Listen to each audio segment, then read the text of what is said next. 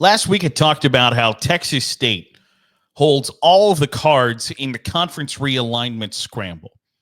That, quite frankly, Texas State could be the difference between whether or not Tarleton State is immediately an FBS program for the 2026 season or not, which is a fun spot for Texas State to be in, and their fans are really excited about the possibilities. It certainly sounds as if, by kind of all stretches of the imagination, that it is almost a done deal that Texas State could be a member of the Pac-12 before July 1st, which means they kind of need to get a move on for it, because that is when the buyout doubles by July 1st. So they got to get a move on. But if Texas State holds all of the cards in the college football realignment shuffle, the school holding the wild card is Memphis. Because Memphis is in somewhat of an unenviable spot. Memphis is in the American Athletic Conference. And is their football better than the American Athletic Conference? No, not especially. They've had a nice solid run, though. I think 11 consecutive years of bowl eligibility at Memphis. Their basketball team is routinely either the best program in the conference or sometimes head and shoulders the best program in the conference. But Memphis is in a spot where they want Power 4 membership. And they probably have a case for it, all things considered. The problem is Memphis is never going to be in the SEC, and Memphis is never going to be in the Big Ten. There just flat out aren't scenarios where that happens. So Memphis is holding out for a Big 12 invitation or an ACC invitation. And neither one of those seems super likely right now, because the ACC isn't fiddling all that much. They have kind of questions of their own that we'll probably talk about at some point before the season starts here in 75 days. Or they're waiting for a Big 12 invite who has had plenty of chances to add Memphis over the course of the last decade or so, and it ain't done it. But there is a wild card there that reportedly Memphis is exploring, where Memphis would leave the American Athletic Conference. They would become a football-only member of the Pac-12 and put all of their other sports in the Big East. And I think I'm here to tell you that that is the most likely option, because if you've got a willing partner, a la Northern Illinois playing football in the Mountain West, and then another conference, the Horizon League, being willing to say, well, I don't give a damn what you do with your football program, as long as your basketball, baseball, volleyball, soccer, etc., comes to me. Now, it's easy when the Horizon League doesn't have football, doesn't have to worry about it. And the same is said for the Big East. The Big East doesn't give a damn what you do with your football program. I just care that your basketball is with me. It's what UConn does. And I wouldn't be shocked if you get to a spot where UConn and Memphis somehow geographically are in the Pac-12. But doesn't that sound like kind of the best case scenario for Memphis? Because they are pumping a lot of money into their football stadium. They are putting money into their facilities, into playing the part of Power 4 college football program. And for instance, like Arkansas is playing at Memphis, and there are still Memphis fans complaining, saying, we got to get out of this conference, because if we're going to put all this money into this stadium to make it nice, big, beautiful, and we still play a crappy conference schedule, we still have a crappy schedule of teams nobody cares about. I saw it literally on social media last week. Arkansas is coming to Memphis. Navy is coming to Memphis. And the fans are saying, I'm not going to go down to the stadium and watch these games unless we get big-time opponents. Now, to be fair, I would think that opponents that feature Fresno State, Utah State, Colorado State, Oregon State, Washington State aren't going to move the needle for Memphis fans either.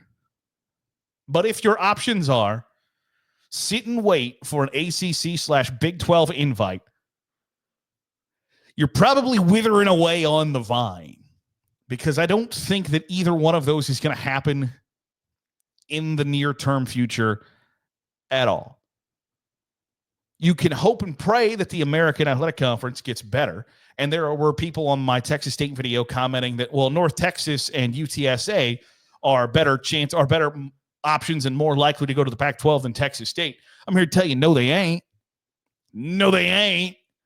Because financially, North Texas and UTSA are in better financial conferences right now than the Pac-12 and what the Pac-12 is going to be. That's why Texas State is the likely option, not literally anybody else. And there was another comment that I thought logically made sense, right? That they thought Rice should be who the Pac-12 goes after, because if the Pac-12 ever wants Stanford and Cal to come back, they need more smarty pants schools, not your Fresno States and San Diego States. The problem with that is that ship has sailed. Cal and Stanford ain't coming back to the Pac-12. Cal and Stanford are in the ACC, and they're going to be in the ACC until it implodes, and then they'll probably join the Big Ten along with Notre Dame. That's a long ways away. But there's a reason Texas State is the most likely full member to come to the Pac-12, because North Texas, Rice, UTSA aren't options. If they were, the Pac-12 would probably prefer them. But for Memphis, their best option, I think, is to say, hey, you get kind of the best of both worlds if you do follow the Northern Illinois plan of, we're going to put our football in the Pac-12, because there is a decent chance, there is a decent chance that the Pac-12 becomes the best or second best group of 5 conference. I don't think that's outrageous to say that with Boise State, with Oregon State, Washington State, etc., that they become either the best or second best group of 5 conference. Furthermore, it's going to be an easier path for Memphis to make the college football playoff as the best team or second best team or one of the top tier teams in a 9 or 10 team Pac-12 than it is going to be the best team in the American, in my opinion. I think that pathway to the college football playoff becomes a little easier. Thus, you get games against Oregon State, Washington State, Boise State, at potentially Texas State, I guess. That might be slightly more enticing to the fan base, where Memphis is in a spot where they still care about in-person ticket sales. It's not just strictly TV money. It's not just how much can we milk our TV partners for. They need ticket money. They need corporate sponsorship, all of those things that matter.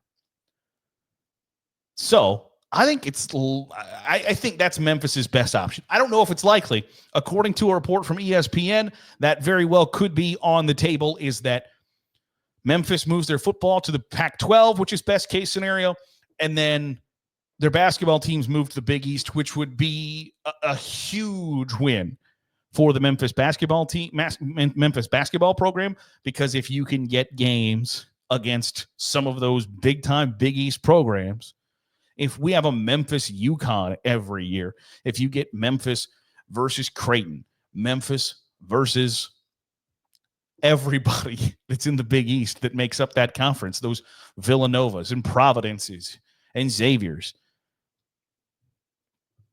that's going to make them a really, really interesting addition basketball-wise. And I wonder if this becomes somewhat more of a more normal thing. If you are at the upper echelon of your group of 5 conference, can you find a partner conference to say, take me on for football, and then also a mid-major or an upper mid-major like the Atlantic 10, like the Big East, to say, will you be my life raft for all of my other sports? because I think it's more likely than not that that's the best option for Memphis. I just wonder if they're going to have the cojones to pull that trigger. Texas State holds all of the cards in the realignment rumble, but Memphis holds the wild card. I'm interested to see if they play it. I want to know your thoughts. What do you think Memphis should do? Wait for a Power 4 invite that might not and likely never will come? Or do you put the wild card on the table and become a member of two different conferences? I want to hear your thoughts in the comments below. That'll do it for today's episode of the Daily Huddle. I appreciate you making us a part of your day, however it is, wherever it is you're doing so. If you're watching on YouTube, hit the subscribe button. Make sure you're getting all the great college football content we're pumping out. Listen on the podcast feed. Drop a 5-star review. Goes a long way in helping out the channel. I'll see you tomorrow for another episode of the Daily Huddle.